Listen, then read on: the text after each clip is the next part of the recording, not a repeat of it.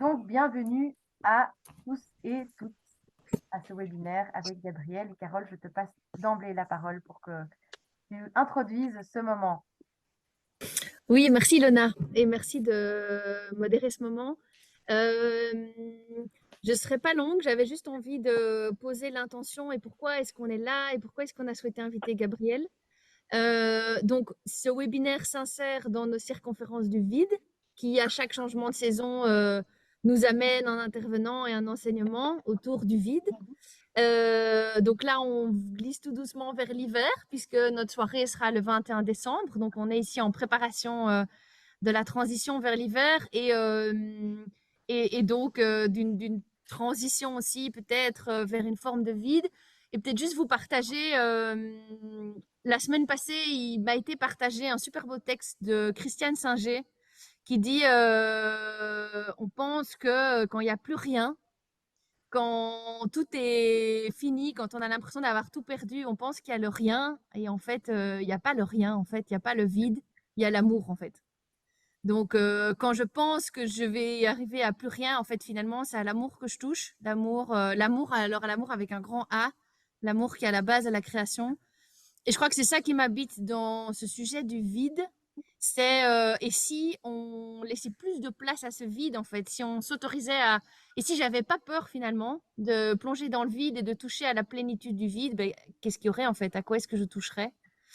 Et ce qui m'a terriblement inspiré avec Gabriel, alors Gabriel n'était peut-être pas forcément là pour nous parler du vide, mais on va dire du vide d'alimentation solide. Et je crois qu'ici, pour moi, l'enjeu, c'est évidemment pas que vous tous ici, vous deveniez praniques. On va pas vous dire de ne plus manger, mais je crois, Gabriel, que dans ce que toi tu vis, dans ton expérience et tout ce que tu peux nous partager, j'espère que c'est de tous nous inspirer en fait, de comment dans notre vie on peut aussi s'inspirer de ce que toi tu vis pour peut-être avoir moins peur du vide, ou bien c'est quoi le vide pour toi, ou bien qu'est-ce qu'on aurait tous à trouver derrière ce vide et en quoi est-ce que ça parle d'amour finalement. Voilà comment j'avais envie de t'introduire et de mettre l'intention. Merci Carole. Bonjour à tout le monde que je ne vois pas.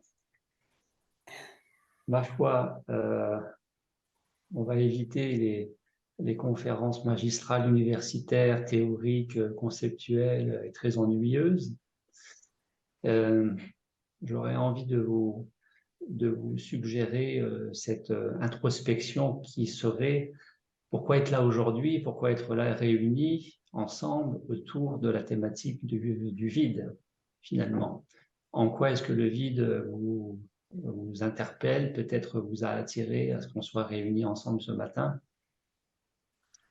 Et quelle place a aujourd'hui le vide dans votre vie, finalement? C'est vrai que la nourriture pranique invite à apprendre à voyager plus léger dans sa vie. C'est un processus d'allègement, la nourriture pranique, et forcément, quand il n'y a plus rien à manger dans l'assiette, on est plus léger. Et le grand point derrière tout ça, c'est comment je me sens quand l'estomac est vide. Comment est-ce que je me sens avec moi-même au travers de cette perception ou de cette croyance que c'est vide. Quand nous confondons le vide avec le néant, et c'est bien ça dont il est question,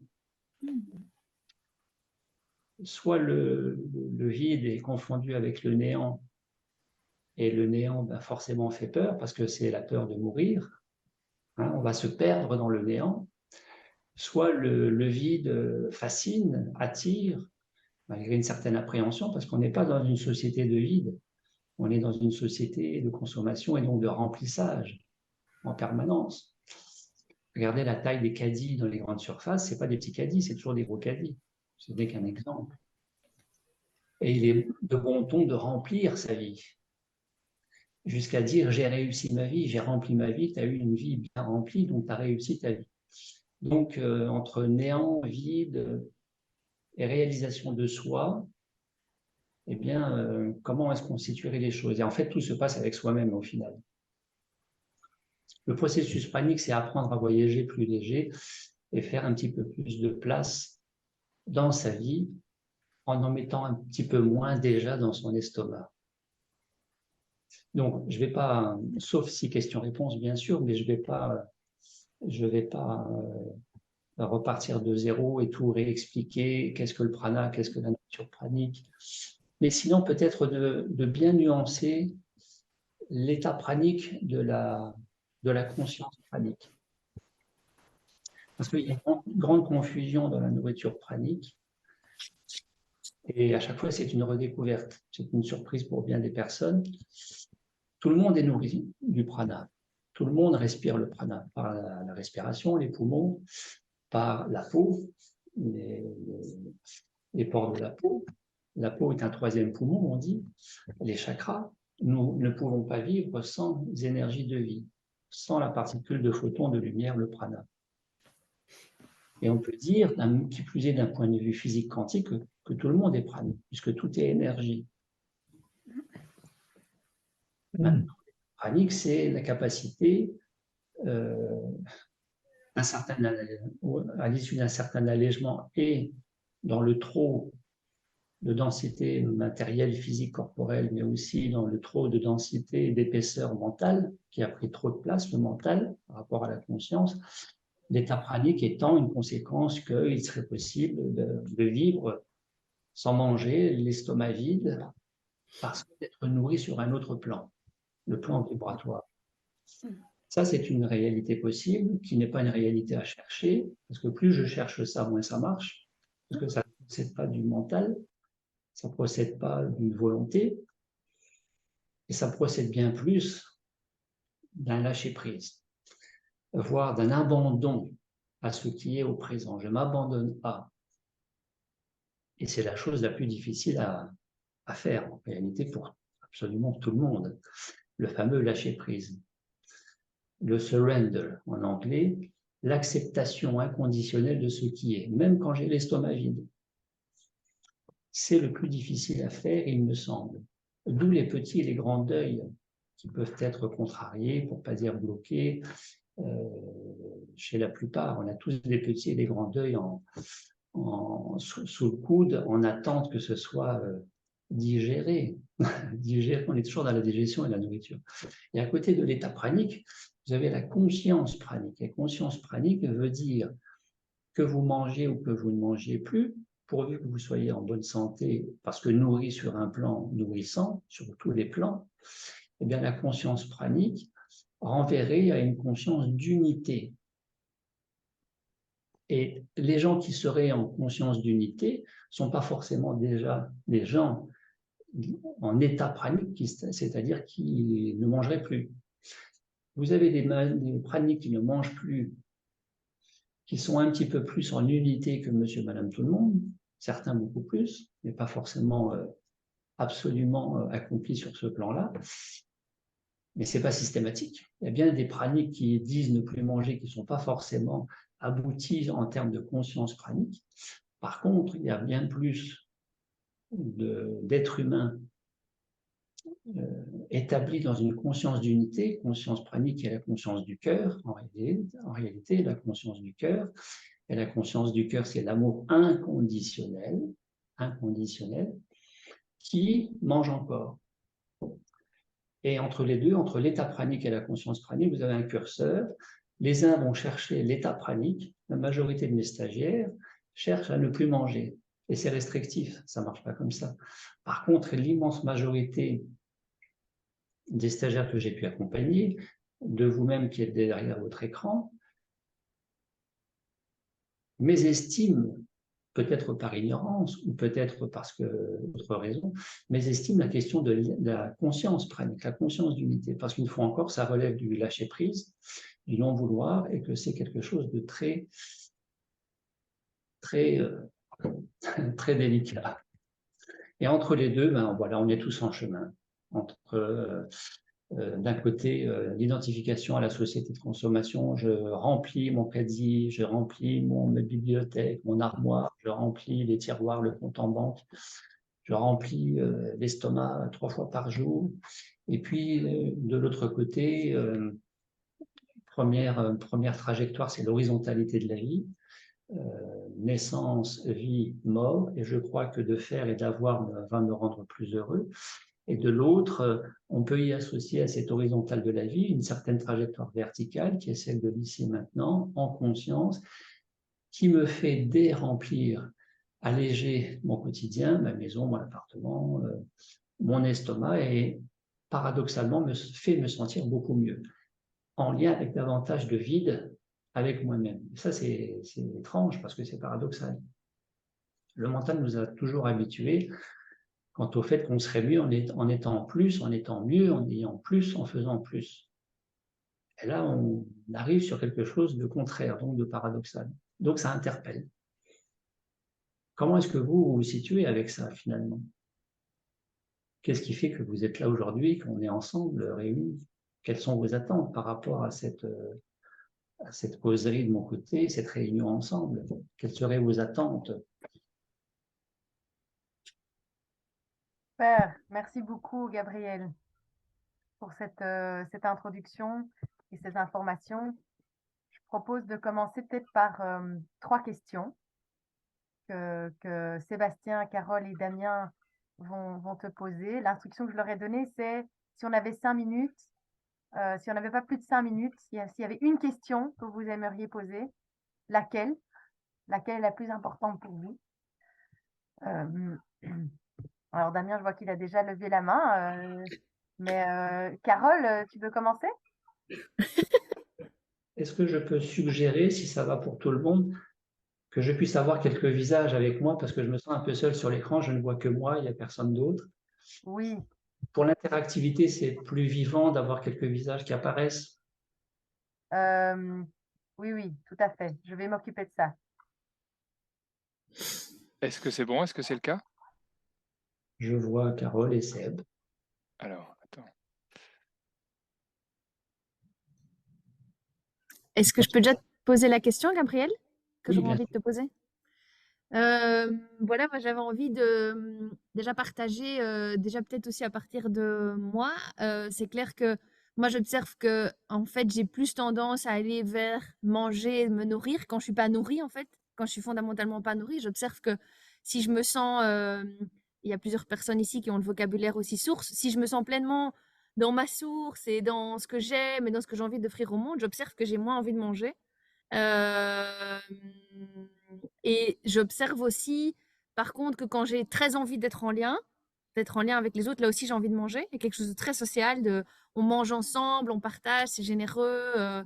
Et quand je manque de lien, alors là c'est aussi encore plus quand j'ai peut-être envie de manger, de me nourrir, et où je me sens vide en fait. Peut-être c'est vide de lien. Mais j'avais envie de te demander, toi personnellement, et je me doute que ça doit être différent de personne en personne, mais toi, qu'est-ce qui te nourrit du coup? Puisque, voilà, qu'est-ce qui te nourrit d'autre que l'alimentation? Comment tu te nourris? Gabriel, juste, est-ce que tu peux confirmer que tu vois tout le monde maintenant? Alors là, je te vois toi. Je te vois toi, mais pas forcément tout le monde. A priori, je vois les gens au fur et à mesure quand ils interviennent, mais je ne vois pas tout le monde.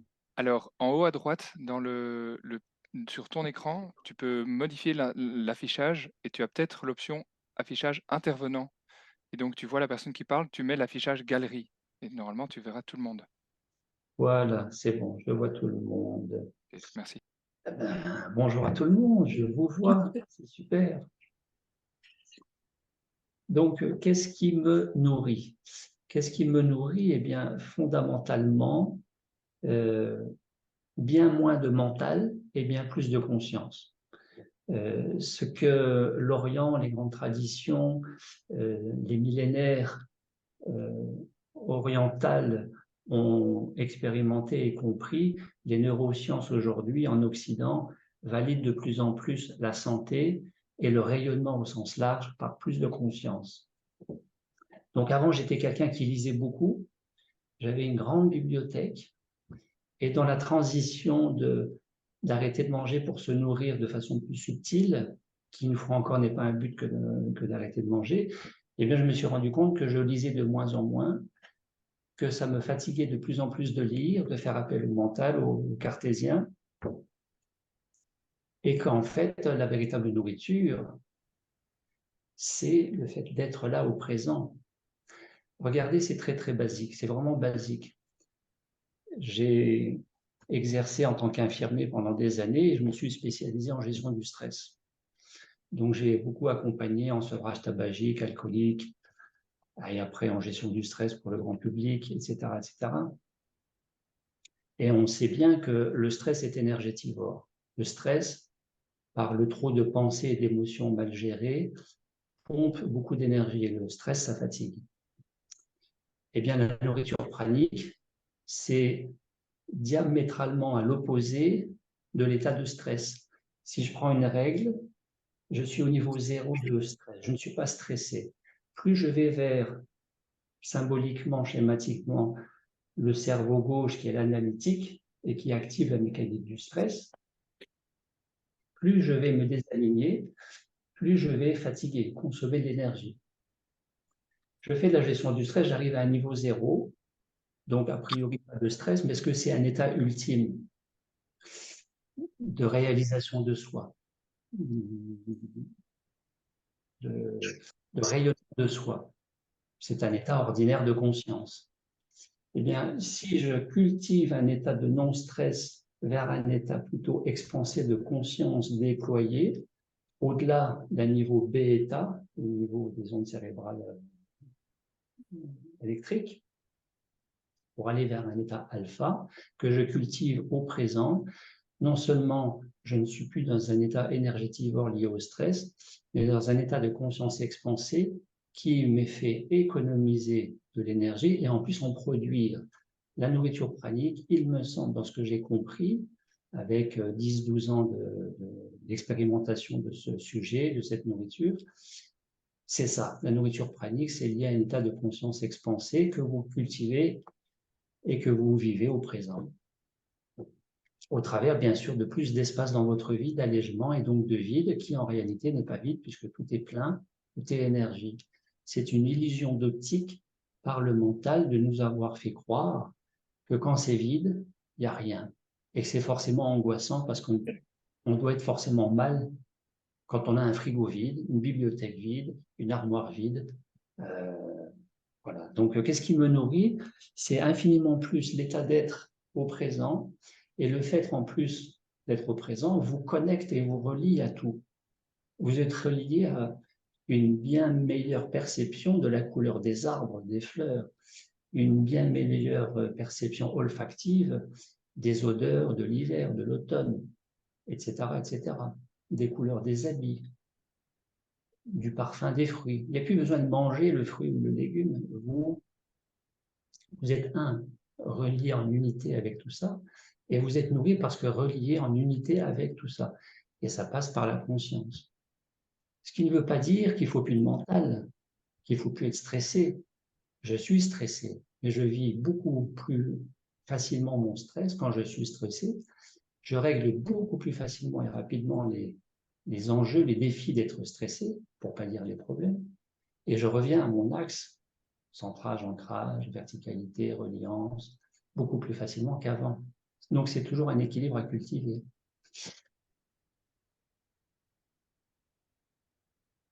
Est-ce qu'il a répondu à ta question, Carole? Ah, super.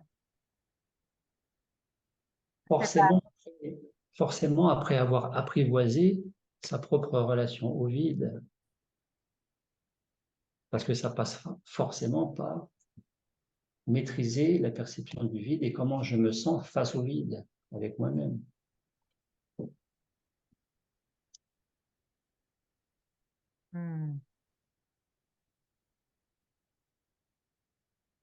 Next question, please.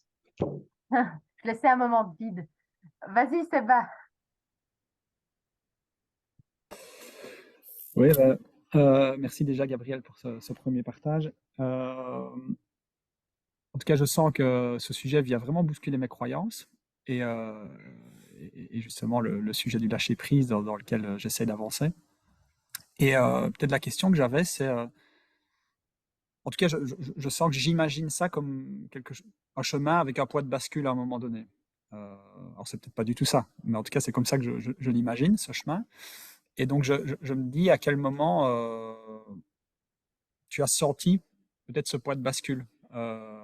Est-ce que ça a été un élément déclencheur? Est-ce que c'est quelque chose qui est venu petit à petit? Est-ce que voilà, donc parce que j'imagine aussi être face à plein de peurs dans ce chemin. En tout cas, si moi je m'inscrivais dans ce chemin, je pense que je serais confronté à d'énormes peurs. Et donc à côté de ça, quels ont aussi été tes points d'appui, quelque part, par rapport à ça? Parce que j'imagine que ça n'a pas été un chemin non plus tout droit, tout facile, qui a certainement eu des soubresauts, des hésitations, de la recherche. Donc voilà, donc c'est la question du point de bascule et la question de finalement sur quoi tu t'es appuyé, même si voilà, j'ai entendu revenir à ton ancrage, ton intériorité. Je sentais déjà un point d'appui évidemment là-dedans, mais voilà, peut-être si tu savais en dire un peu plus. Alors, j'aurais pu commencer en disant ne croyez rien de ce que je vais vous dire, parce que chacun vit à son niveau ses propres expériences et elles ne sont valables que pour chacun. Étant donné qu'il y a 1000 façons d'évoluer sur l'axe du mieux-être, de la santé, de la réalisation du bonheur. Mais le bonheur à la bonne heure se vit au présent. Et c'est vraiment ça la clé entre projection passé-futur liée au mental, égotique, qui nous déconnecte et nous désaligne, est énergétivore, et reconnexion, alignement au présent par le biais d'un équilibre mental-conscience qui fait que nous sommes nourris de cette énergie de la conscience, qui est validée par les neurosciences. Donc, très simplement, le point de bascule, il a été peut-être à plusieurs niveaux, progressivement, sur une historique de vie personnelle, en sachant que les choses ne sont jamais abouties et qu'aujourd'hui, je ne considère pas avoir abouti à quelque chose ou être abouti ou être ultimement réalisé. Donc, il faut se rappeler que la nourriture pranique, c'est un particularisme physiologique de la cellule. Ce n'est pas, vous n'êtes pas Dieu en personne parce que vous êtes pranique. Donc ça, c'est important de se le rappeler. En attendant, je mangeais comme monsieur, madame, tout le monde, 3 fois par jour. J'aimais manger, mais j'étais pas forcément un fin gourmet.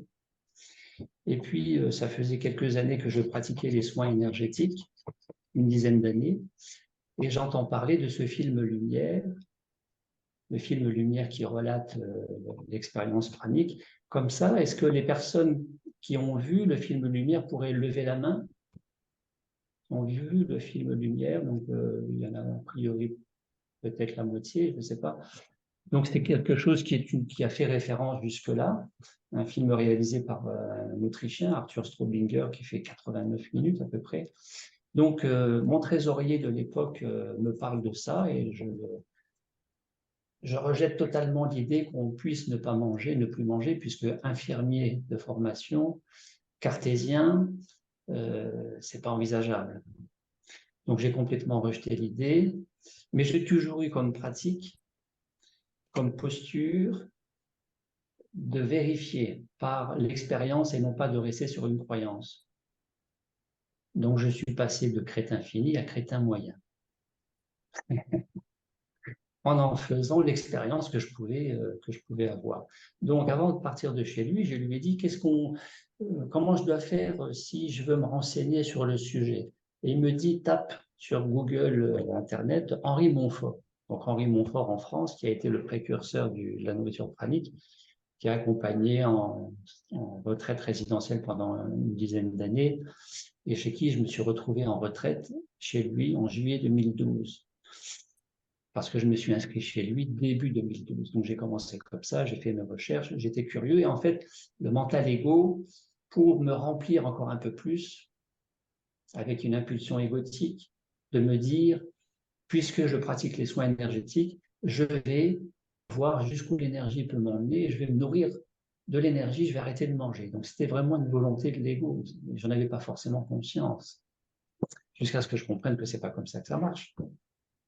Donc j'ai fait une retraite chez Henri Montfort en juillet 2012, mais avant la retraite chez lui, à peu près mars-avril, j'ai un groupe en formation professionnelle, psychocorporelle, et pause déjeuner à midi, chacun s'installe, je vais à la boulangerie acheter une pizza fougasse avec de la viande à l'intérieur. Je mangeais de la viande jusqu'à cette époque-là. J'arrive à la boulangerie, il y a du monde, j'attends mon tour, je regarde par la vitre, c'est bien, il y en a, je suis content, je me réjouis, je regarde les fougasses, et sans rien chercher, sans rien vouloir, c'est superposé à la fougasse physique, matérielle, réelle, une tête de mort, vibratoire, énergétique, que j'ai perçue par effet de clairvoyance. Mais sans rien chercher, sans rien vouloir. Ça m'a vraiment, je peux dire, bouleversé, parce que j'ai instantanément arrêté de manger de la viande. C'était terminé, j'en ai même pas acheté de cette fougasse. Ça, c'est une première expérience avec le subtil dans la relation à la nourriture. Et puis, vers le mois de mai, à peu près le mois de mai, je vis un rêve, une expérience, une décorporation astrale, sur le plan astral, la nuit, sans l'avoir provoqué, sans avoir cherché quoi que ce soit, où je suis poursuivi par un homme qui veut me tuer avec un couteau. Je suis terrorisé, je cours, c'est dans des souterrains comme ça. Je cours et puis jusqu'à ce qu'à un moment donné, je fais face à mon assaillant. J'arrête de courir et je lui fais face. Qui a vu le film Divergente numéro 1? Donc dans Divergente, vous avez la femme qui est dans son fauteuil et qui part dans l'autre dimension et qui est pourchassée par un loup. Et elle fait face au loup qui devient un bébé loup. Donc le danger est désamorcé. Quand on accueille le danger, il y a un effet de désamorçage qui n'est plus perçu comme un danger par le mental. Parce que c'est plus une histoire de conscience qui prend le relais. Donc, je fais face à l'assaillant et lui reçoit ma peur, je n'ai plus peur, et avec cette peur, il se met en chien de fusil comme ça par terre, contre un mur, avec un gros ventre. Et sur ma gauche, une présence me tend un sabre.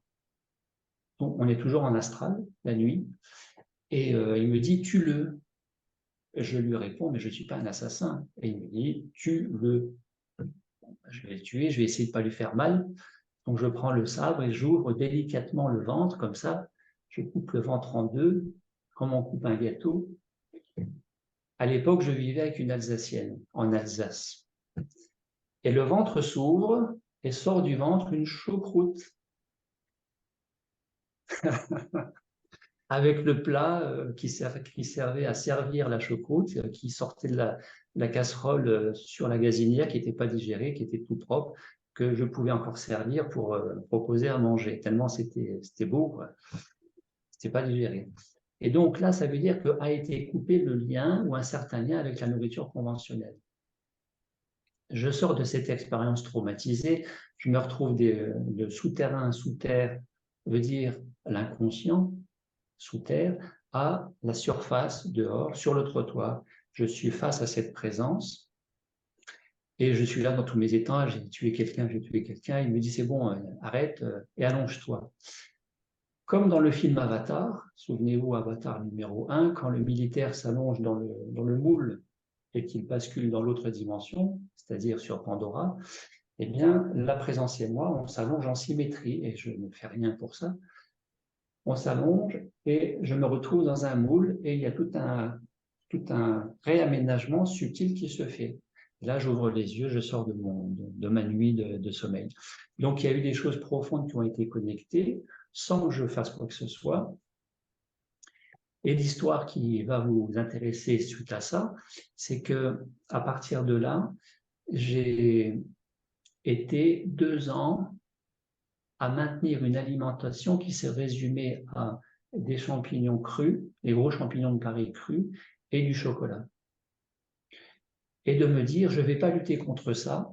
Alors, ça a été une transition entre nourriture conventionnelle et nourriture lumière, champignons crus et chocolat. Et de me dire, je compose avec ça, je ne vais pas lutter contre ça, je me mets en réceptivité, le moment venu, quand je pourrai avoir l'information de pourquoi, du comment ça, eh bien, les choses s'arrêteront à ce moment-là. Mais je ne vais pas l'entretenir volontairement, mais je ne vais pas lutter contre. Je suis observateur de cette relation bizarre que je n'avais jamais connue avant. Et un jour vient en insight, en flash de conscience de l'intérieur, donc ça veut dire que ça remonte et ce n'est pas mental. Le champignon me nourrissait en énergie d'ancrage à la terre parce que j'ai toujours été barré un peu là-haut. Et donc, ça me mettait bien en ancrage à ici et maintenant. Quand j'ai conscientisé ça, instantanément, du jour au lendemain, il n'y a plus besoin de champignons. Et puis, en août 2013, à une 4e pause alimentaire pranique, j'en ai fait 3 en 2012 et une 4e en 2013, en méditation pranique, je me vois basculer, je me sens basculer à revivre une mémoire cellulaire fétale, c'est-à-dire je me retrouve dans le ventre de ma mère, je revis l'état fœtal en étant à l'âge de 45 ans en position assise en train de méditer, et je prends conscience que j'ai une double nourriture qui arrive dans le ventre de ma mère, a priori qui est la même pour tous les futurs enfants dans le ventre de la mère, c'est-à-dire la nourriture avec les nutriments qui arrivent par le cordon ombilical, en lien avec ce que maman a mangé, et en même temps, je percevais, en conscience fétale, dans le ventre de ma mère, je voyais des particules de lumière qui arrivaient de toutes parts en transplacentaire, sans passer par le cordon. Ça arrivait de toutes parts, parce que le prana, la peau absorbe en permanence. Et je conscientisais d'avoir deux nourritures, d'être nourri de deux manières, le sang fœtal, le prana, et de me dire, oui, voilà, le chocolat était un substitut affectif pour compenser, caler la mémoire affective, la mémoire fœtale liée au fœtus que j'ai été, qui a manqué d'amour dans le ventre de ma mère. Donc le chocolat, c'était un doudou affectif pour prendre soin, adoucir le traumatisme affectif de non-affection du bébé que j'ai été dans le ventre de ma mère. Et quand j'ai conscientisé ça, c'est pareil, le chocolat s'est déprogrammé, la mémoire elle s'est revisitée, donc elle s'est désamorcée, il n'y a plus besoin de chocolat. Et là, on est au cœur du sujet, le vide et le plein. De quoi est-ce que je me nourris quand je mange? En réalité, et qui en moi je nourris quand je mange? Vous voyez? Alors ça peut être social, ça peut être la faim de l'estomac, bien sûr, mais le plus souvent, on dit bien que, au moins sur la partie de l'hémisphère nord, c'est-à-dire à peu près tous les êtres humains, sauf qui sont concernés par la famine, eh bien, la large tendance, et qui plus est chez nous, c'est de manger bien plus pour se remplir que pour se nourrir. Nous mangeons beaucoup plus pour nous remplir que pour nous nourrir au regard des véritables besoins du corps physique. Je suis curieuse. Merci beaucoup, Gabriel, pour ce partage, ce témoignage. Ça veut dire on est d'accord, tu vois. Oui, oui. Ça veut pas dire moyen. Je pensais qu'il fallait que je me taise. Non, pas du tout. Seba, je serais vraiment curieuse de t'entendre, juste une petite résonance d'1 minute là sur qu'est-ce que ça te fait d'entendre ça, surtout par rapport à ce que tu disais sur le renouvellement de tes croyances. Qu'est-ce qui résonne là dans ce que Gabriel vient de dire? Bon, écoute, ce qui résonne, c'est que je voyage aussi. Donc je me suis laissé transporter par ce que tu partageais et voilà, ça me renvoyait simplement à mon propre chemin, en effet. Enfin, je reste beaucoup avec ce que tu disais, qui est-ce que je nourris? Ça me parlait bien, en fait. Et pourquoi aussi, voilà, l'image du champignon et du chocolat, je trouve, était aussi très forte. Et donc voilà, donc je sens qu'il y a quelques graines qui sont plantées en moi. Super, merci Seba. Alors je retrouve plus Damien. Ah voilà, je l'ai retrouvé. Il est impatient, il lève la main. Attends. Oui, parce que j'avoue que, merci Gabriel, moi j'ai aussi voyagé, et j'avoue que mon mental, il est torturé là, hein. Il a vraiment un mal de fou. Alors, ok, j'accepte l'explication que tu consommes moins d'énergie, donc tu as besoin de moins d'apport d'énergie. Admettons même que tu vis une vie qui te réénergise, ok, mais mon mental, il demande quand même une autre explication, quid par rapport aux nutriments, puisque depuis qu'on est tout petit, on nous dit que notre corps, pour fonctionner, pour ses cellules, ses organes, etc., a besoin que différentes molécules, différents atomes rentrent dans le corps, soient utilisés, puis soient sortis du corps, et puis il faut bien qu'ils reviennent, puisqu'à un moment donné, on n'en a plus. Alors, si tu respires de l'air et de la lumière, etc., d'où viennent les molécules, les atomes dont ton corps a besoin? Alors, une fois encore, bonne question, très bonne question. Mais j'ai déjà répondu à cette question dans le fait que, en introduction, je vous invite à ne pas me croire, à ne pas croire ce que je dis, à faire vos expériences, numéro 1, et que surtout, numéro 2, le but aujourd'hui, et encore plus le 21 décembre, ce n'est absolument pas de vous dire d'arrêter de manger, de vous faire croire que vous serez mieux en étant pranique au point d'arrêter de manger.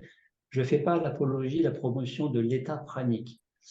Mon leitmotiv, mon dada, c'est la conscience pranique, la conscience d'unité. C'est, en tant qu'ancien infirmier, professionnel de la santé, davantage de santé dans le respect du corps et être plus heureux dans sa vie, pas forcément en ayant plus, en faisant plus, en ayant plus, mais en étant mieux à partir du rayonnement du cœur. Du rayonnement du cœur. Voilà, en étant moins dans le mental égo. Maintenant, au premier degré, j'ai moi-même longtemps buté sur la question qui a été posée, c'est-à-dire que nous, les professionnels de santé, on sait très bien qu'on ne peut pas vivre sans le potassium. Si vous n'avez pas assez de potassium ou trop de potassium, vous faites un arrêt cardiaque. Il y a des gens qui se suicident au potassium.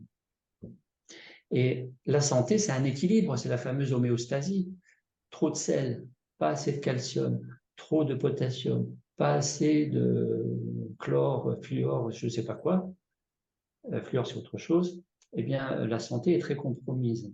Maintenant, comme la nourriture pranique n'est pas étudiée officiellement, sauf par la NASA et l'armée, secrètement, parce que ça les intéresse, eh bien, on manque cruellement de données objectives qui permettent d'expliquer ce phénomène. Maintenant, j'ai envie de dire que comme tout est énergie, même les nutriments, les protéines, les glucides, les lipides, les électrolytes, même ça, c'est énergie densifiée au point qu'on puisse observer au microscope. Eh bien, si tout est énergie, l'énergie, on peut la prendre à la source et ça marche. Soit on prend l'énergie manifestée avec un transporteur, c'est-à-dire j'ai besoin de potassium, je mange une banane, je mange la banane et je prends le potassium, soit on prend le potassium à la source sans plus passer par le transporteur, la banane, et on est directement nourri, comme on dit, à la source, c'est-à-dire via le champ unifié quantique. C'est la seule option que je puisse proposer, et à défaut de vous amener une preuve, je vous invite à faire vos expériences. Après tout, on n'est pas obligé de croire que c'est mystique. Hein, c'est Padre Pio, c'est Marthe Robin, c'est Thérèse Neumann, c'est Sainte Thérèse d'Avila, ont eux aussi été praniques et qu'ils ont vécu des dizaines d'années sans manger.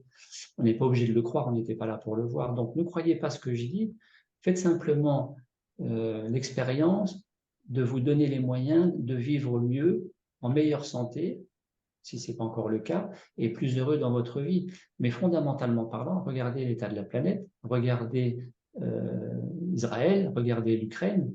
Ce n'est pas avec le mental égo qui prédomine dans nos vies qu'on va être plus heureux. Donc il manque quelque chose, et ce qui manque, c'est un peu plus de vide, lié à plus de conscience et d'ouverture du cœur.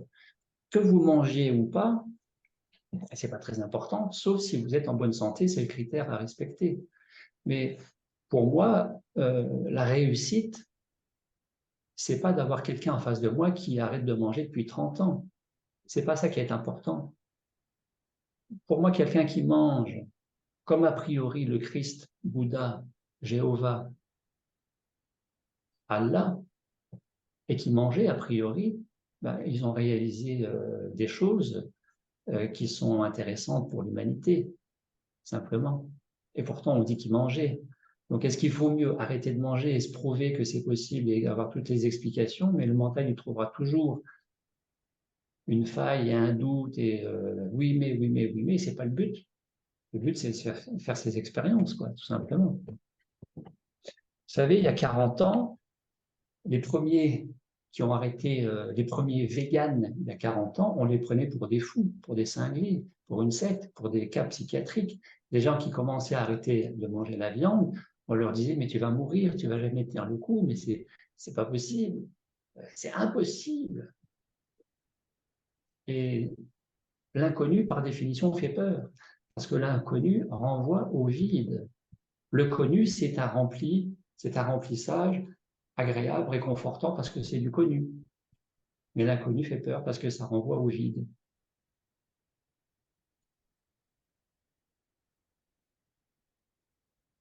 Alors, Damien, qu'est-ce que ça te dit, cette réponse? J'ai tout compris, c'est bon. Je commence demain. Merveilleux.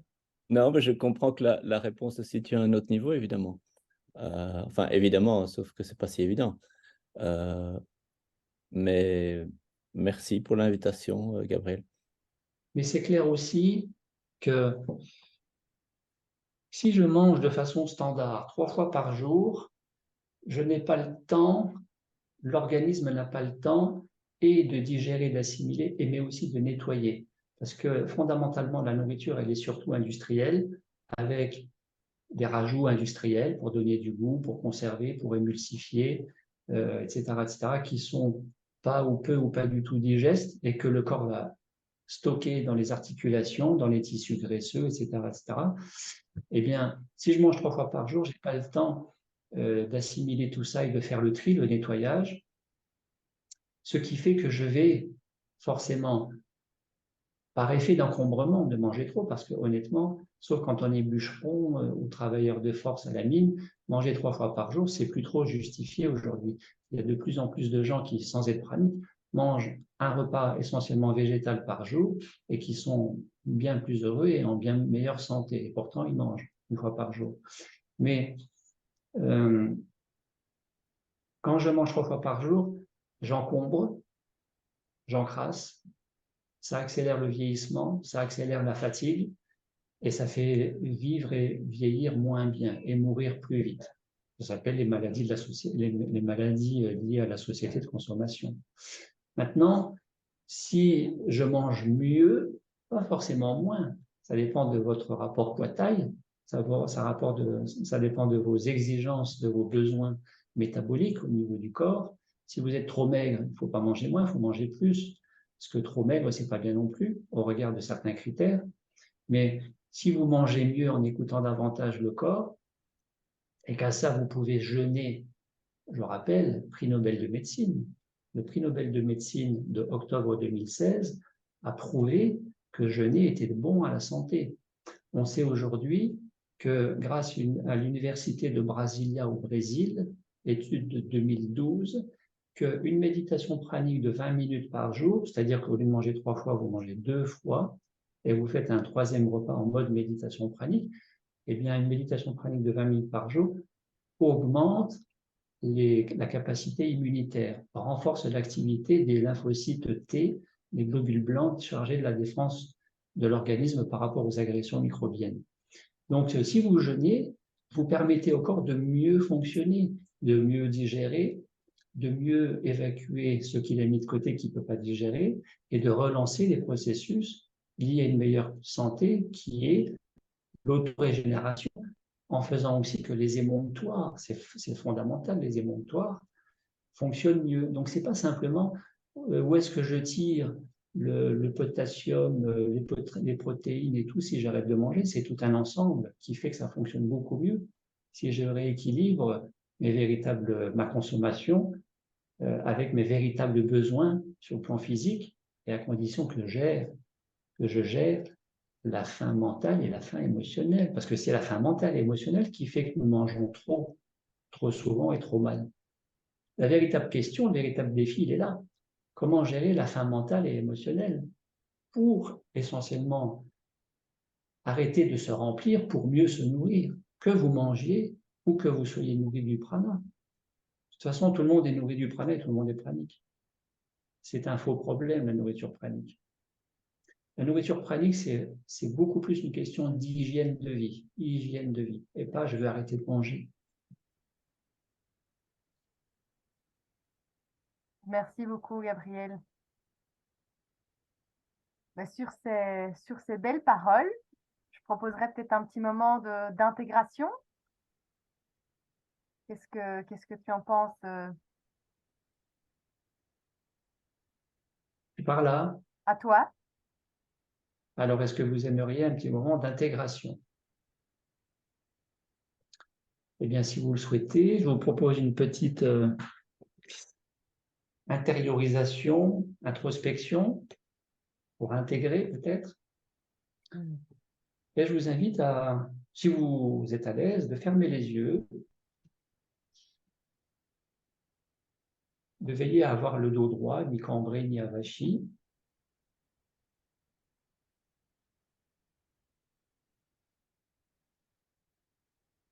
Et de tourner le regard vers l'intérieur, de se poser au cœur de l'espace cœur-poumon-thorax.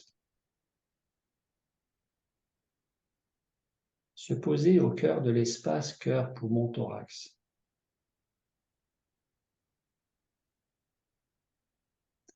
Se laisser connecter par l'inspire et par l'expire. Se laisser inspirer en inspirant. Maintenir la présence, la conscience au niveau cœur-poumon-thorax. Et se laisser expirer en expirant.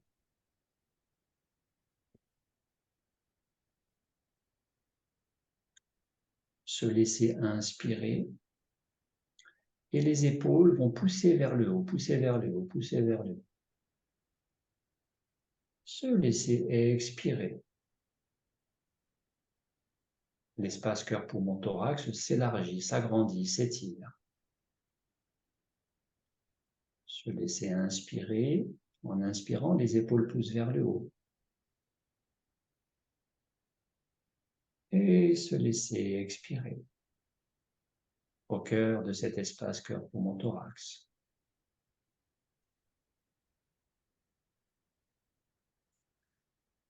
Se laisser inspirer, le diaphragme va pousser vers le bas. Se laisser expirer, diaphragme en bas, épaule en haut, s'éloigne l'un de l'autre de plus en plus, de plus en plus. Et cet espace est de plus en plus grand, de plus en plus grand. Laissez faire, il n'y a rien à chercher, juste présence, présence. Se laisser inspirer, le diaphragme pousse vers le bas. Se laisser expirer, percevoir, ressentir dans le non-vouloir que la cage thoracique se distend, se dilate au-delà des limites et des croyances physiques, mentales, émotionnelles. Se laisser inspirer, le sternum pousse vers devant et étire encore un peu plus cet espace qui s'agrandit, s'agrandit, s'agrandit, au-delà de la cage thoracique. Se laisser se poser au cœur de l'expire, au cœur de cet espace. Se laisser inspirer, le sternum pousse vers devant et s'éloigne des vertèbres dorsales qui sont derrière. Il pousse devant, ça pousse devant, ça pousse devant. Laissez faire, il n'y a rien à forcer, il n'y a rien à faire, juste témoin, observateur, se laisser faire, se laisser vivre.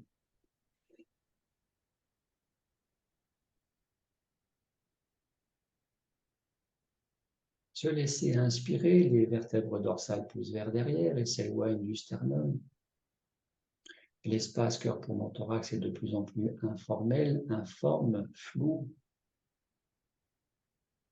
et nous connecte à une certaine perception du vide, au cœur de notre être, au cœur du thorax. Joyeuse perception de vide dans cet espace qui s'agrandit, espace de plus en plus grand. C'est l'espace de la conscience, de la présence. Se laisser inspirer, les côtes poussent vers les côtés. Se laisser expirer, s'abandonner, s'abandonner, s'abandonner, lâcher toute résistance, tout contrôle, lâcher prise et s'offrir entièrement à cette qualité de présence au cœur de cet espace. Cœur, poumon, thorax, au cœur du vide.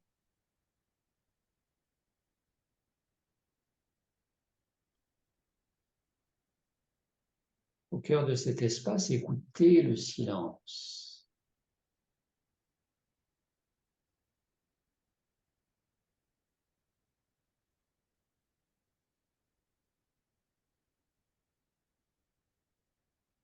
Au cœur de cet espace, devenir le silence.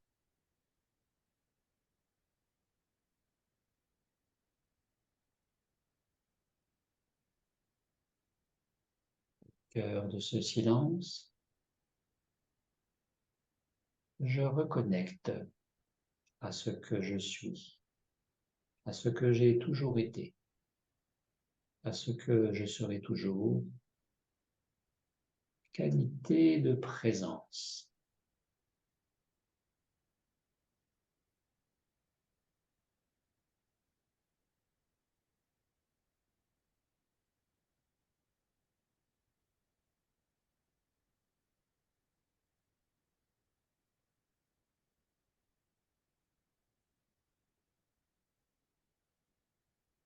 Tout est déjà là, tout est parfait.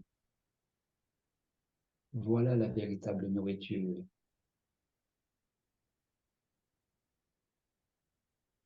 C'est être pleinement déployé au cœur de l'ici maintenant, qui s'étire à l'infini et qui me relie au tout.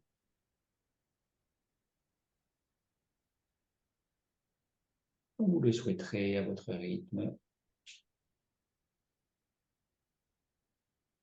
Ouvrir les yeux.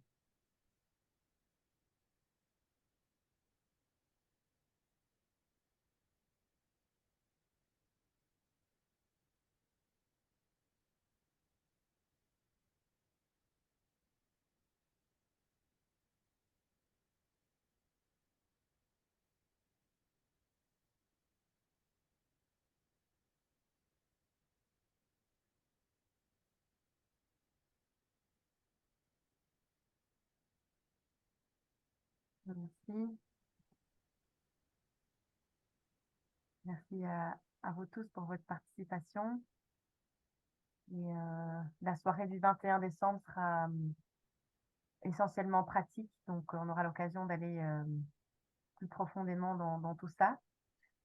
J'ai envie d'ouvrir l'espace pour les minutes qui nous restent pour les questions dans la salle. Ce que je vous propose, c'est de poster votre question dans le chat si vous en avez une.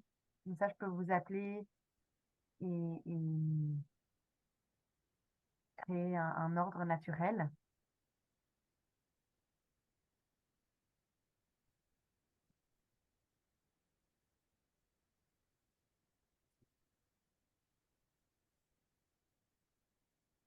Je vous laisse quelques minutes pour que chacun puisse réfléchir à une question, quelque chose qu'il aurait envie de poser. Et puis après ça, j'ouvrirai l'espace.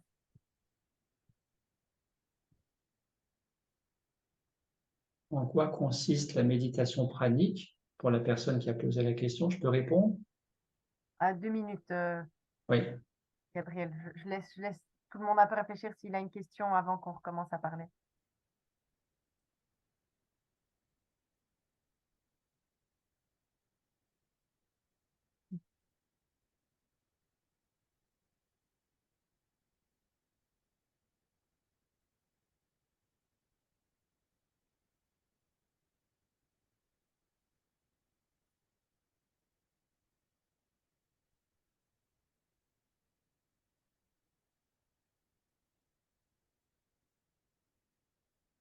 Ok. Alors, la première question, Isabelle, effectivement, c'était en quoi consiste la méditation pranique? Alors, méditer, c'est très simple, c'est écouter, ressentir. Que vous vous mettiez en tailleur, que vous appliquiez une méditation codifiée, très technique ou très informelle comme écouter sa respiration, c'est méditer. Et il me semble que le mérite de la méditation, c'est de l'intégrer au quotidien, dans le quotidien, dans l'ordinaire, la banalité des gestes de tous les jours. Faire la vaisselle, sortir les poubelles, sortir le chien, aller au travail, conduire sa voiture. L'état méditatif est un état de connexion, de reliance à quelque chose de plus grand que la conscience ordinaire mentale et qui permet d'entretenir la cohérence tête-corps, l'alignement, mais aussi une certaine captation au prana, le rendu plus facile. C'est intéressant de ce point de vue-là. La méditation pranique, quelle que soit la forme, elle peut se vivre assis, debout, allongé, en statique ou en dynamique, en marchant. La marche en conscience de Thich Nhat Hanh peut devenir une méditation pranique. Donc, pour moi, il y a 3 paramètres de la méditation pranique. Elle doit nourrir la cellule, elle doit favoriser l'alignement des 4 plans de la santé, physique, mental, émotionnel, spirituel, et expanser à un niveau de conscience supérieur pour transcender l'état ordinaire lié au mental. Nourrir la cellule, aligner et expanser la conscience. Là, on parle de méditation pranique.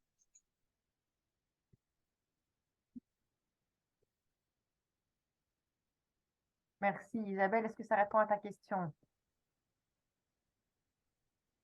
Elle dit oui en silence. Vous pouvez parler, hein?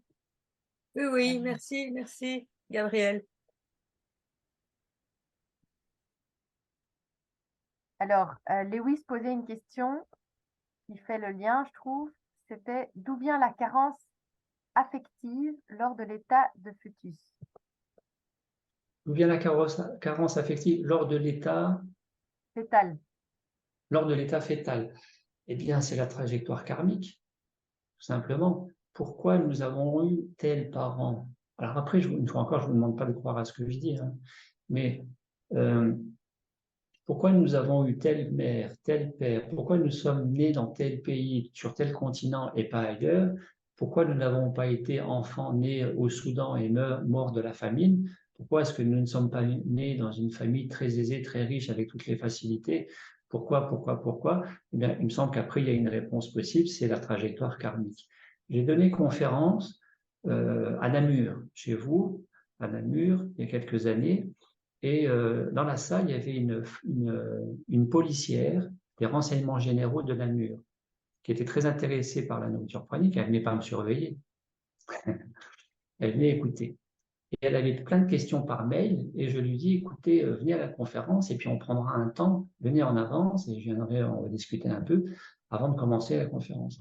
Je suis allé la retrouver là où elle était assise dans la salle, et elle me dit, oui, alors vous, c'est quoi votre but au-delà de la nourriture pranique? Vous cherchez quoi là-dedans?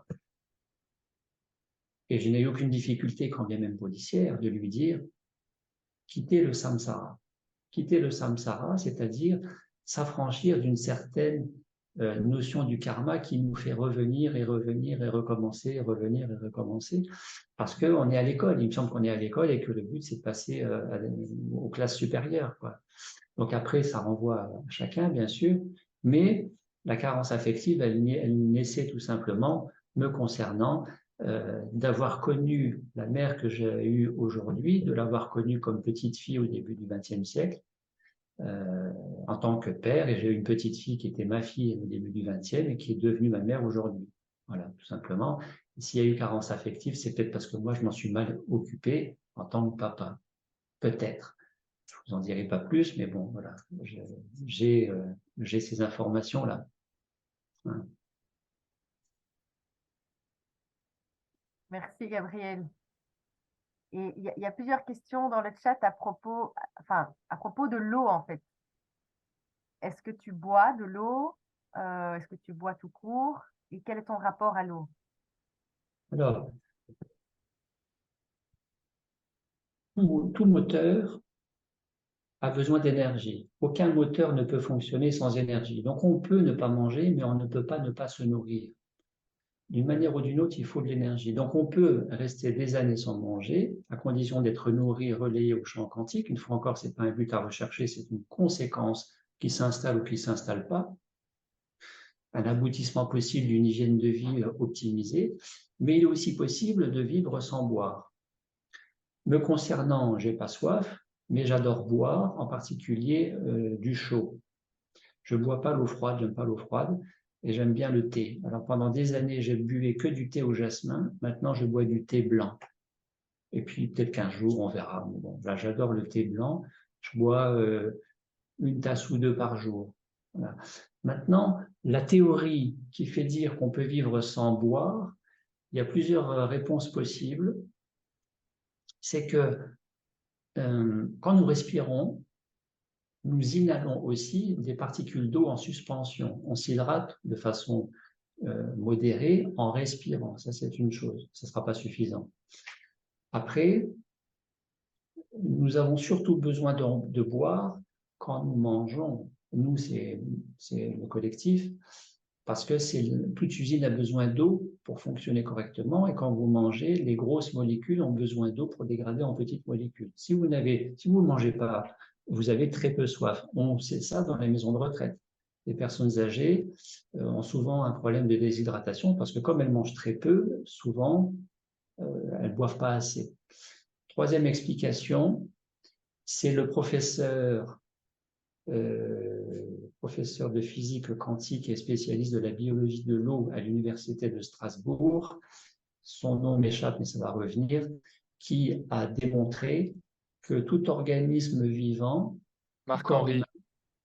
Marc-Henri, très bien, merci, tout corps humain produit 250 millilitres d'eau juvénile par 24 heures. Donc même sans boire, le corps produit de l'eau. Un quart de litre d'eau par 24 heures, qu'il appelle l'eau juvénile, qui a été démontrée scientifiquement. Donc c'est intéressant, une fois encore, on méconnaît, on connaît très mal tout ça. Voilà. En tout cas, j'aime bien boire du chaud.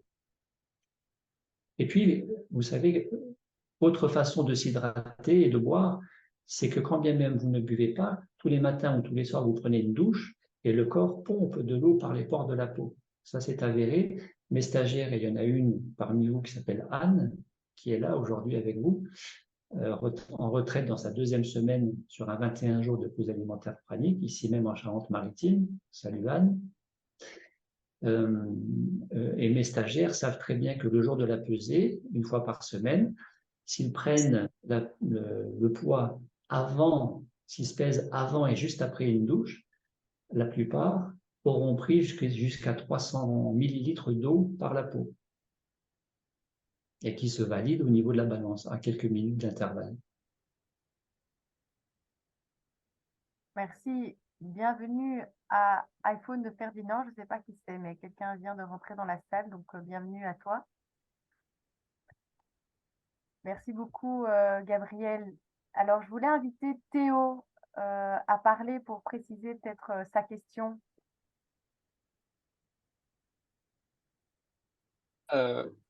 Oui, donc à plusieurs moments, vous avez fait référence en connexion à un champ quantique et je ne sais pas très bien à quoi ça réfère. Et donc voilà, j'aurais aimé que vous élaboriez un petit peu à ce niveau-là et m'aidiez à comprendre cette nuance ou cette chose, je ne sais pas. La bonne question, n'étant pas moi-même physicien quantique, j'aurais du mal de l'expliquer. On va dire que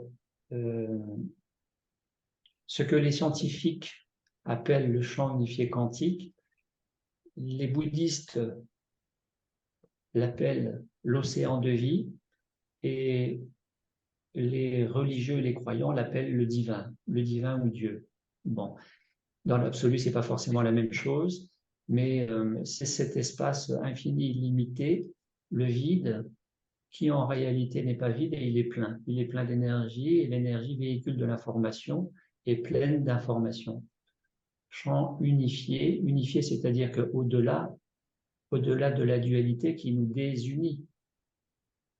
Derrière le champ unifié, on a la notion de unité versus dualité. Tant qu'on est dans la dualité, on ne peut pas relier et unir. Et là, vous avez la clé à la fois du vide et du plein, mais aussi de la nourriture pranique et de l'état pranique, qui est que tant que je suis dans la dualité, je crée, je mange de l'énergie et j'ai besoin de compenser par remplissage, parce que je suis mu par une mécanique liée au mental égo qui me fait croire qui plus est que si je ne mange pas, je meurs.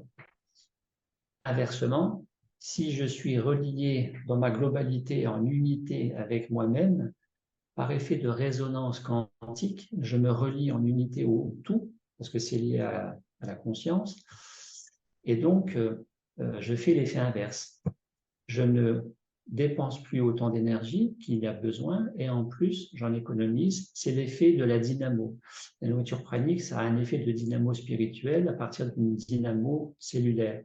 Et en plus, je produis l'énergie et je suis un avec, beaucoup plus un avec que je n'étais avant. Mental ego, dualité, conscience d'unité, ouverture, rayonnement du cœur, l'unité, reliance. C'est très compliqué d'envisager ça tant qu'on est dans le mental. Mais par rapport à cette notion de l'unité, tout à l'heure, il y a 5 minutes, quand vous avez ouvert cet espace, un peu plus ouvert cet espace du rayon, qui permet de rayonner bien plus au niveau du cœur, la conscience du cœur,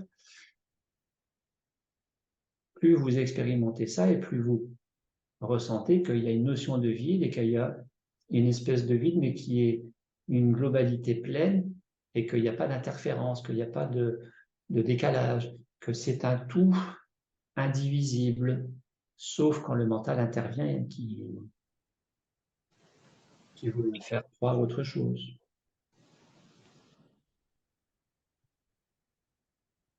Les grands mystiques, les grands éveillés de l'Orient, Nisargadatta, Ramana Maharshi, etc., parlent de la réalisation du grand soi.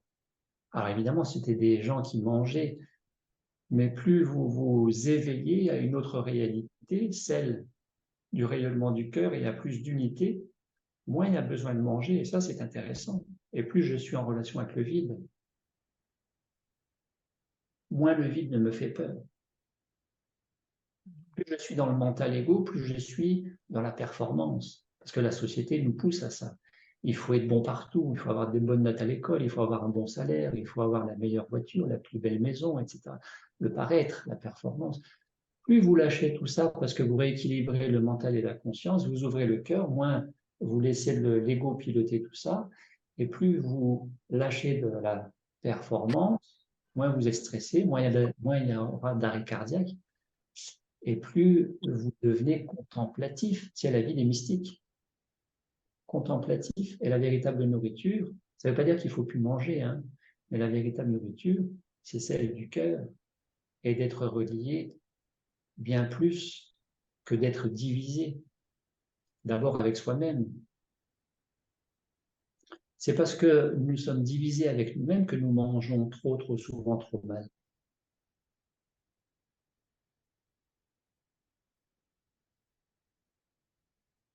Merci, Gabriel. J'ai envie de prendre un temps pour faire un cercle de clôture, mais j'entends qu'il y a une dernière question. Jean-Charles, tu veux poser ta question?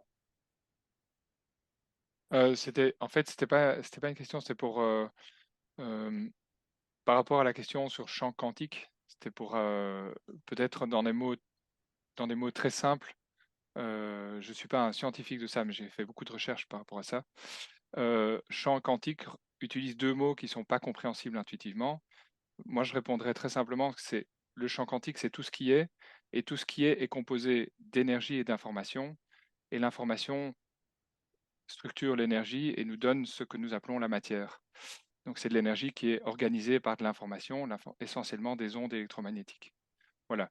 Peut-être ça permet aussi de dire de quoi on parle, mais dans quantique, dans le concept quantique, ça renvoie à deux notions intrinsèquement indissociables, c'est énergie et information. Mais ça, ceux qui ont approfondi le sujet, ils le savent, et ceux qui veulent approfondir toutes les recherches en physique quantique, ils verront qu'on retrouve ces deux notions qui sont indissociables. Voilà. Beaucoup. Bon, ben, je suis très impatient. Pardon, Gabriel, tu voulais encore dire quelque chose?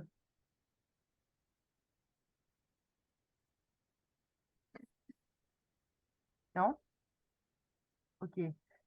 Je Super. En tout cas, souhaiterais peut-être ajouter un petit point à ce que Jean-Charles vient d'évoquer, champ quantique. En parlant d'information, j'ajouterais une notion de conscience. Merci, Luc. Champ quantique, conscience, intelligence, une forme d'intelligence et information, bien entendu. Merci. Alors, j'ai très envie de savoir un peu comment tout ça atterrit chez vous. Alors, ce que je vous propose, alors déjà, vous êtes chaleureusement tous invités, pour ceux qui n'ont pas encore confirmé, à nous rejoindre le 21 décembre pour continuer cette exploration dans le corps, dans le cœur, dans l'expérience et dans l'ensemble et dans la présence aussi. On a vraiment un très chouette lieu à la ferme de Froidmont qui nous accueille pour cette soirée. Et peut-être, si chacun, cette fois-ci, en allumant son micro, peut dire une chose, un mot ou une phrase sur ce avec quoi il repart ou ce qui est vivant en lui ou elle pour l'instant après avoir entendu le témoignage de Gabriel. Et je propose de recommencer par l'équipe. Voilà, quand vous êtes prêts.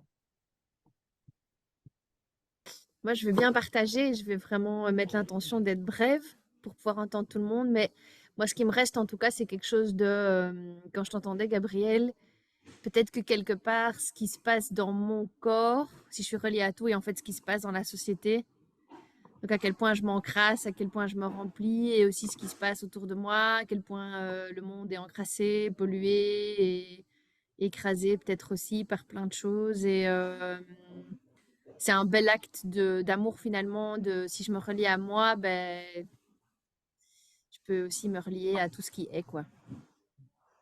Merci. Si je peux me permettre, tu viens de dire autrement ce que les grands comme Sri Aurobindo et d'autres ont bien dit pareil, c'est-à-dire si nous voulons voir changer le monde, c'est d'abord avec soi-même que nous devons évoluer. Initions, incarnons le changement et en résonance quantique, nous inviterons le monde à changer plus facilement aussi. Le changement passe par soi-même. Qu'est-ce que je suis prêt à mettre en place pour améliorer les choses avec moi-même?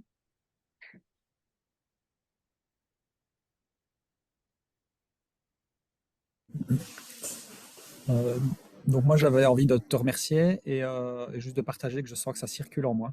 Et ouais, je sens que c'est vivant. Merci.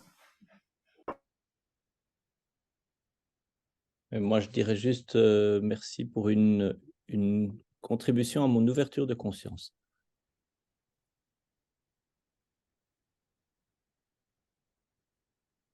Merci Gabriel. Et je souhaiterais peut-être poser un tout petit point, c'est que dans ce champ, nous sommes toute forme de vie ultra interconnectée. Et il me semble que ça participe aussi à la complétude, à la conscience, à l'intelligence collective et probablement à terme une forme de réalisation. Je confirme.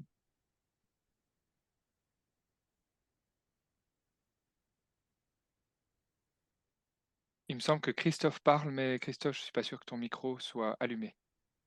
Ah, c'était pas pour nous, d'accord.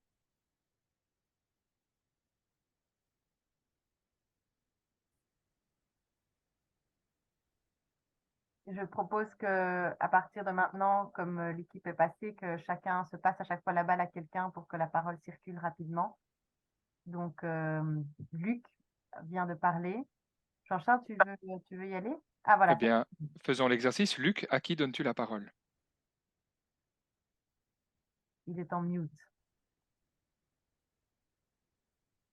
À Christiane, par exemple. Merci, Christiane.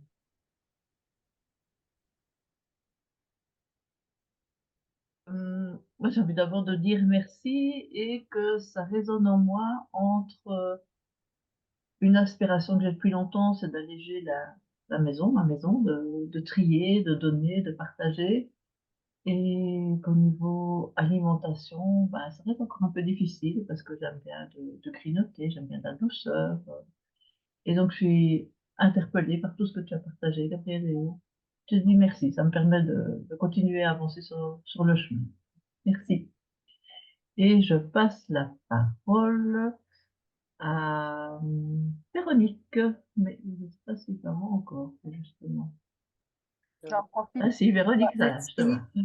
j'en profite pour Merci. dire au revoir à ceux qui nous quittent. Là, il est tout juste 30 et il y en a quelques-uns qui doivent nous quitter exactement à l'heure. Donc voilà, merci à vous pour votre présence. Vas-y, Véronique. Bonjour, merci. Merci Christiane et merci Gabriel pour ce que tu viens de donner et que véritablement je vais digérer. Donc, c'est la preuve par 4 qu'on peut recevoir des tas de choses qui sont pas de la nourriture conventionnelle et qui nous nourrissent. Et je suis aussi dans une démarche, comme disait Christiane, de désencombrement, d'allègement. J'ai été très touchée quand tu disais que on confondait la notion du vide avec la notion du néant. Donc, ça m'a bien... c'est un point d'appui pour moi, ce que tu as dit là. Voilà. Merci beaucoup. Et je passe la parole... Attends, il faut que je mette en galerie. Je passe la parole à Isabelle, que je ne connais pas, mais enchantée Isabelle. Isabelle Verse. Merci. Versé, pardon. Mais je te remercie, Gabriel, de me rappeler tout ça que j'ai déjà visité, que je connais un petit peu. Mais j'ai besoin de trouver le temps de la méditation. Parce que c'est comme si je remplissais mes journées avec trop de choses. Et j'aspire à ça aussi, à trouver ce temps de calme intérieur que je trouve plus dans la nature. J'ai l'impression que je suis nourrie quand je me promène dans la nature. Ou en tout cas, c'est pas une impression, c'est une réalité. Voilà. Et à qui passes-tu la parole? Ah, est-ce que je vais passer la parole? À Sabine. Sabrina. Non, à Sabrina, je veux dire. C'est pas une obligation d'intervenir. Alors moi, je voulais dire un énorme merci. Je sors d'une semaine de jeûne où j'ai rencontré Dominique Verga, qui est aussi dans ce chemin pranique depuis 7 ans. Et moi, ce qui me fait avancer, c'est les gens inspirants. Et donc, j'ai la chance d'être inspirée ce midi. Et c'est ça qui me fait agir. Et là, je suis plus trop dans mon mental. Et donc, ça y est, je vais m'alléger concrètement. Et j'ai décidé le lundi, maintenant, je vais jeûner tous les lundis. Alors, c'est ma petite pierre à l'édifice, mais ça me met en joie plutôt que de stresser, parce que cette semaine-là, j'ai bien stressé, c'était très compliqué. Mais là, ça me met en joie de continuer ce chemin à mon rythme, doucement, en nettoyant ce que je peux. Et donc, voilà, merci beaucoup. Merci, merci. Et je passe la parole à Valérie. Yes, merci. Merci pour ce témoignage. Moi, ce que je retiens, ou ce que j'aurais envie d'amener plus dans ma vie, c'est plus de simplicité. Ça m'a bien connecté. J'ai bien connecté avec cette notion-là. S'alléger, être plus simple, simplifier les choses. Et peut-être que je lie la nourriture aussi à ça. C'est quand c'est pas simple, il y a besoin d'ajouter quelque chose, quoi. Et je pense que la nourriture fait parfois, chez moi en tout cas, le trait d'union. Donc voilà, merci. Et je passe la parole à Marie-France. Oui, merci. Un grand merci à l'équipe organisatrice et à toi, Gabriel, que j'ai déjà eu l'occasion de rencontrer chez Peter. J'ai aussi l'occasion de faire un stage avec Dominique Verga et c'est vraiment quelque chose qui m'attire, cette pratique. Et voilà, mais c'est tout un chemin et sans prétention d'être praniste ou pas être praniste, comme tu l'exprimes bien. Ça ne doit pas être un choix de mental. C'est pour nous ou pas. Mais c'est tout ce travail qu'on fait sur soi qui est vraiment intéressant, ce travail de de se dépouiller de tout ce qui tout ce qui nous encombre, en fait. Et ça se reflète aussi dans notre habitation, dans nos relations même, d'aller plus vers l'essentiel et vers ce qui nous porte, ce qui nous nourrit, aussi au niveau relationnel. C'est vraiment si important de soigner ça. Et vaut mieux moins que de mauvaise qualité. Voilà. Merci, merci. Et je passe la parole, je pense à Géry de Pierrepont. Merci Marie-France. Est-ce que vous m'entendez? Oui. Ah super, ça va. Moi j'étais aussi fort interpellé. Voilà, c'est un vieux truc, l'histoire de la nourriture et moi, le jeune. Mais j'entendais surtout cette idée du trop dans nos vies. Et pour ne pas m'étendre, il y a un point qui m'a semblé intéressant. Carole en parlait tout à l'heure, c'est le fait que finalement on ne digère pas, on ne mange pas que de la nourriture. On mange aussi des quantités de choses qu'on lit, qu'on trouve sur Internet, et ma vie est voilà, vraiment encombrée d'infos que je consomme, de citations, de paroles que je vais chercher à gauche, à droite chez des gens qui sont intéressants, évidemment, mais a priori, il y a peut-être un peu trop. Voilà. Et je passe la parole à Sandrine. Merci Gabriel, j'étais vraiment très très touchée par ce témoignage. Et moi, ce qui m'a interpellée, c'est que j'ai découvert récemment le filage de la laine. Et en fait, c'est quelque chose qui me nourrit quand je le fais. C'était vraiment en fait d'être moins occupée par des lectures ou d'autres activités, d'avoir ce vide. Je me rends compte que c'est quelque chose qui me nourrit et me donne de l'énergie pour aussi libérer des choses dans les armoires. Parce que ben voilà, il y a tellement de souvenirs, comme avec la nourriture. Donc ça. Et alors une autre petite chose que Véronique avait relevée, c'était la notion que tu avais évoquée entre le vide et le néant, et la peur de la dissolution. Et ça m'a interpellée en fait ça redonnait une sorte de consistance sur un éclairage sur les peurs qui sont là. Donc un tout grand merci Gabriel, merci Ilona. Merci à vous tous. Et je donne la parole à Quentin Gailly.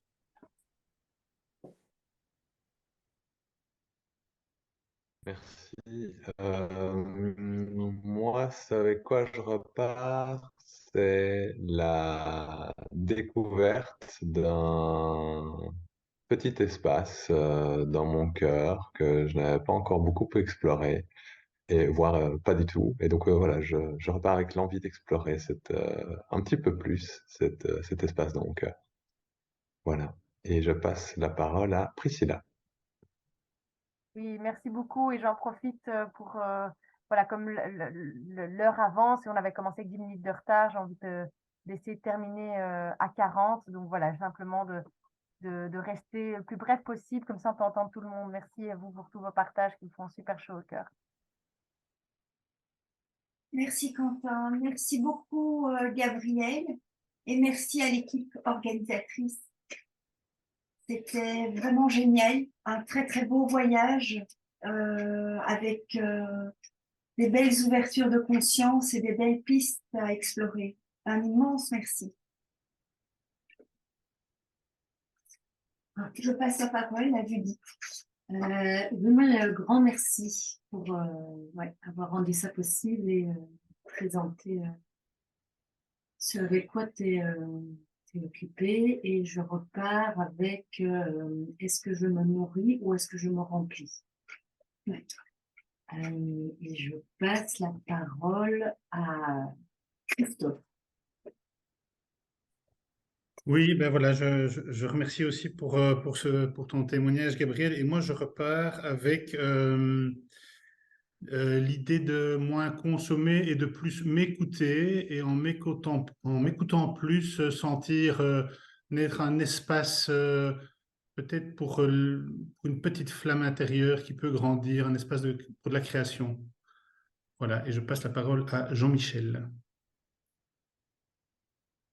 Eh bien, moi, c'est gratitude à Gabriel, gratitude à l'équipe organisatrice.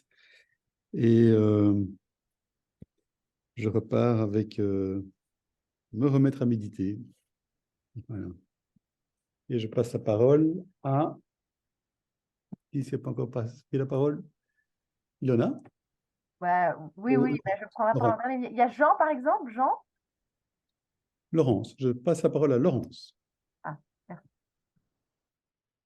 Ok, donc moi, merci beaucoup. Très chouette. Et je repars avec la phrase qui je nourris en moi quand je mange ou quand je remplis mon ordinateur ou ma bibliothèque ou mon temps. Voilà, c'est vraiment une question clé que j'ai envie de me poser. Merci beaucoup. Et je passe la parole à Jean-Charles. Merci Laurence. Merci Gabriel, ravi de te revoir aujourd'hui. Moi, je repars avec une question qui est comment augmenter ma capacité et ma qualité de présence. Et je passe la parole à... il me semble que tout le monde s'est exprimé, donc je la passe à Ilona ou à Gabriel. Bon, ok, juste Qui veut. Jean. Ah non, et Seb ne s'est pas exprimé. Ah si, Seb s'est exprimé tout à Jean, l'heure. Ah oui, Jean, tu pardon, sans n'as pas ta vidéo. caméra. Je passe la parole à Jean. Voilà, désolé, j'étais un mauvais élève, j'avais une réunion en parallèle qui a commencé plus tôt. Et, en tout cas, merci pour la présentation, pour l'esprit des différents participants. Et à la suite le 21 décembre, de toute façon. Super, merci Jean. Bien voilà, mais écoute, Gabriel, est-ce que toi, tu as envie de dire un mot de clôture? Avec quoi tu repars de ce moment? En tout cas, infiniment merci pour votre accueil, pour votre présence, peut-être pour nous retrouver le 21 décembre chez vous. Une fois encore, s'il y avait un message dans la nourriture pranique, c'est celui de l'allègement, que les gens mangent ou qu'ils ne mangent pas, mais d'être mieux dans sa tête et dans son corps à partir de plus de qualité d'être au travers du véritable QG, quartier général, je précise, parce qu'il y a des gens qui ne savent pas ce que c'est le QG, qui n'est pas le mental, mais qu'en composant avec le mental, nous soyons bien plus ouverts et rayonnants à partir du cœur. Voilà. Donc, comment augmenter ma capacité de présence pour la question de Jean-Charles, je pense que ça concerne potentiellement tout le monde, et bien d'être beaucoup plus ici maintenant au présent au travers de la sensorialité, prendre conscience de ce que nous voyons, de ce que nous touchons, de ce que nous respirons, qui est aussi une nourriture, les organes des sens. En fait, tout est énergie et donc tout est nourriture, et tout se vit au présent. Et la véritable reliance, l'état méditatif, il est véritablement ici au présent. Voilà. Et les choses se rééquilibrent d'elles-mêmes. Trop de mental, ça fait moins de mental, mais plus en harmonie avec plus de conscience. Plus trop d'ego, moins d'ego et plus de cœur. Et il y aura toujours un peu d'ego et c'est pas grave.